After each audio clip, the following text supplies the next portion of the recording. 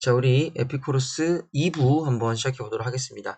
자, 우리 저번 시간에 원자론적 유물론을 통해서 에피쿠로스가 정신적인 불안을 해소하려고 했고, 그리고 이렇게 정신적 불안뿐만 아니라 육체적 고통까지 해소를 하게 된다면 이를 바탕으로 해서 인간은 곧 진정한 의미의 쾌락과 즐거움, 다른 말로 인간의 어떤 행복에 도달할 수 있다라고 얘기했었죠.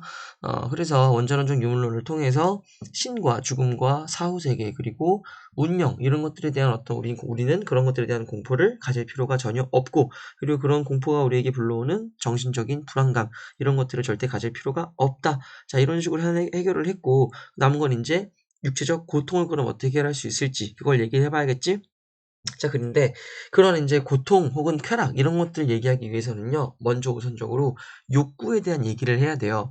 자, 그럼 일단 그 욕구와 쾌락이 어떤 관계를 맺고 있는가? 첫 번째, 우리들은 다 여러분들 다 욕구가 있습니다. 뭔가를 먹고 싶어 하고, 자고 싶어 하고, 뭔가를 마시고 싶어 하고, 친구와 함께 지내고 싶어 하고, 사랑하는 사람과 함께 있고 싶어 하는 그런 욕구가 다 있죠. 자, 그리고 이러한 욕구가 다 충족되면 인간은 쾌락과 혹은 즐거움을 얻는다는 겁니다. 자, 그러면 이제 우리는 그럼 이런 욕구가 제대로 충족되지 않거나 혹은 때때로 어떤 요인에 의해서 과하게 충족될 경우 이런 것들이 오히려 때때로 우리에게 어떤 경우에는 즐거움을 혹은 쾌락을 어떤 경우에는 고통을 가져다 준다는 걸 알 수 있게 됐죠. 자, 그러면 에피쿠로스가 얘기하는 진정한 의미의 그런 쾌락 혹은 즐거움을 얘기하기 앞서서 우리는 일단 욕구의 종류를 먼저 한번 파악을 해봐야 됩니다. 자, 욕구의 종류는 일단 먼저 간단하게 정리하면 자연적 욕구와 비자연적 욕구를 일단 나뉩니다. 근데 일단 먼저 자연적 욕구는 여러분 약간 어떤 느낌이냐면요. 우리 인간이 동물이기 때문에 갖는 어떤 자연스러운 본성 있죠? 한마디로 우린 동물이니까 잠을 자고 싶어 하고, 동물이니까 뭔가를 먹고 싶어 하고, 한마디로 우리의 어떤 생명과 삶을 유지하기 위해서 무언가를 계속해서 원하는 욕구들, 그런 것들을 자연적 욕구라고 해요. 그럼 비자연적 욕구는 굳이 우리가 우리 어떤 자연적인 본성에서부터 나온 그런 욕구가 아니라는 겁니다. 자, 근데 이때 이 자연적 욕구가 또 두 가지로 나뉘거든요. 한마디로 우리에게 필수적이냐 필수적이지 않느냐, 요 차이로 두 가지가 나뉘는데 바로 첫 번째 자연적인 욕구이지만 동시에 필수적 욕구가 있습니다. 이걸 보통 우리는 식욕과 수면욕이라고 부릅니다. 그리고 요 식욕과 수면욕 같은 경우는요, 적절하게 충족시키지 않으면요, 우리 존재가 죽음에 이르게 돼요. 혹은 우리가 죽음과 가까운 그런 고통을 느끼게 된다는 겁니다.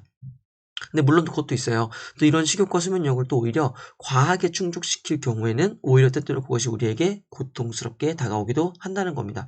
예를 들어서 내가 버거킹에서 햄버거를 하나 먹었어. 그리고 나는 그 햄버거를 하나 먹을 때 굳이 숫자로 표현을 하자면 100이라는 만족감을 얻었어.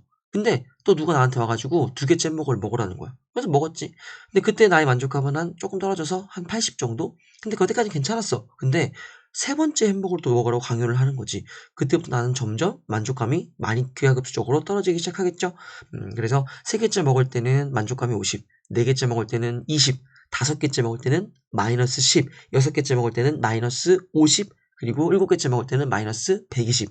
이런 식으로 때로 우리는 원래 우리에게 어떤 즐거움을 주었던 것들을, 한마디로 쾌락을 주었던 것들을 추구하고 그런 우리의 욕구를 충족시켜 나가기도 하거든요. 그런데 때때로 그런 원래 우리에게 즐거움을 줬던 것들을 과도하게 추구하다 보면 때때로 그런 것들이 우리에게 역설적으로 고통을 주는 경우도 있을 수 있겠죠. 그렇기 때문에 이 식욕과 수면욕 같은 경우는 우리 인간이란 존재가 죽음에 이르지 않기 위해서, 즉 고통스럽게 살지 않기 위해서 반드시 필수적인 욕구는 맞아요. 근데 이걸 너무 충족시키지 않아도 안 되고 너무 과하게 충족시켜도 안 된다는 겁니다. 딱 적당히만 충족을 시켜야 한다.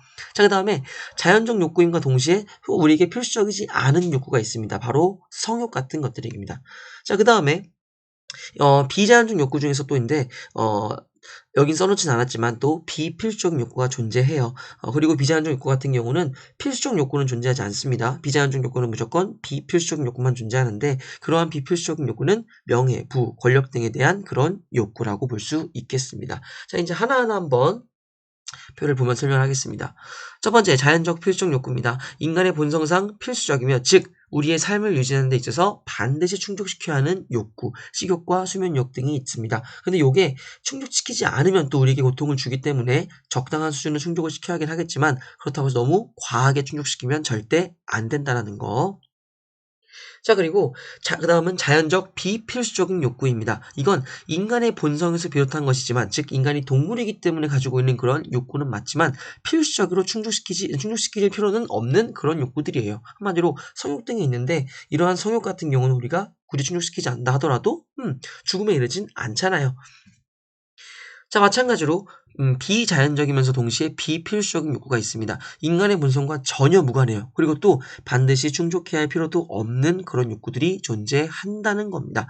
이런 것들은 명예, 부, 권력 등에 대한 인위적인 욕구들이고, 그리고 앞서 얘기했던 자연적 비필수적 욕구, 그리고 비자연적 비필수적 욕구 같은 경우는 무조건 반드시 절제해야 하는 그런 대상이라고 볼 수 있겠습니다. 정리하자면 자연적 필수적 욕구 같은 경우는 적당한 수준에서 너무 충족시키지 않아도 안 되고 너무 많이 충족하려고 해도 안 된다라는 것. 딱 나라는 존재가, 즉 나의 생명이 유지될 정도로만 적당히 충족시켜야 하고, 그에 비해 자연적 비필수적인 욕구, 그리고 비자연적이면서도 비필수적인 그런 욕구들은 언제나 마땅히 절제해야 한다. 생각조차 하면 안 된다. 요게 바로 에피쿠로스의 입장입니다. 자, 그리고 이렇게 욕구가 충족이 이제 됐으니까, 혹은 욕구의 종류를 봤으니까, 이제는 쾌락에 대한 얘기 살펴봐야겠죠?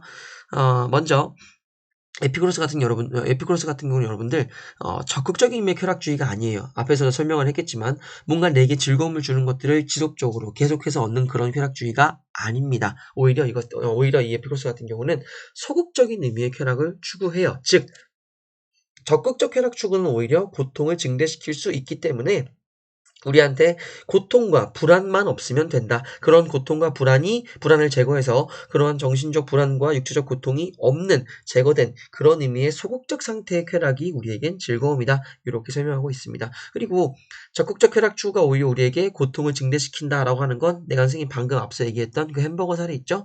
그거로 충분히 설명이 가능하겠죠. 처음엔 즐거움을 줬던 것들을 계속 과도하게 섭취할 경우 마지막에 결국 그 종국에는 우리한테 오히려 고통을 줄 수도 있지.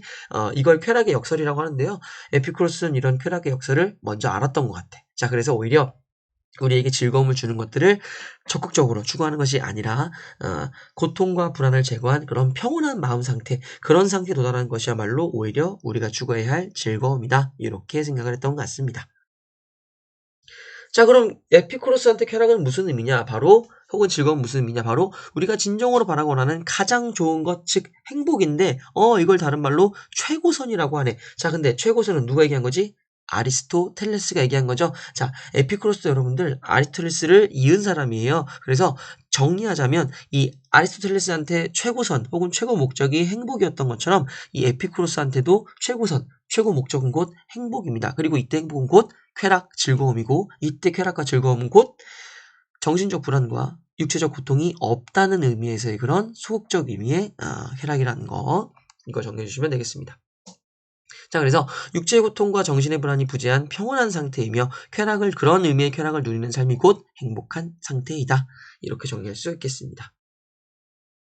그리고 이때 쾌락은 육체적이고 감각적이고 순간적 그런 성격이 아니에요. 왜냐하면 여러분들 밥 먹고 나면 다시 배고프죠.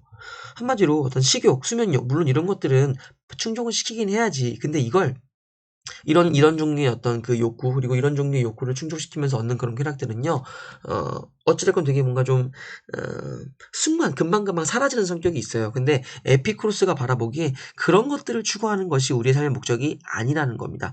육체적이고, 감각적이고, 단 일순간 만족됐다가 다시 사라지는 그런 종류의 쾌락이 아니라 어떤 육체의 고통과 정신의 불안이 부재한 평온한 그러한 상태, 그러한 정신적인 의미의 쾌락이 순간적이 아니라, 혹은 한 일순간에 사라지는 것들이 아니라 전 인생을 거쳐서 지속적으로 유지되는 것, 이것이야말로 우리가 추구해야 될 쾌락이라고 얘기하는 겁니다.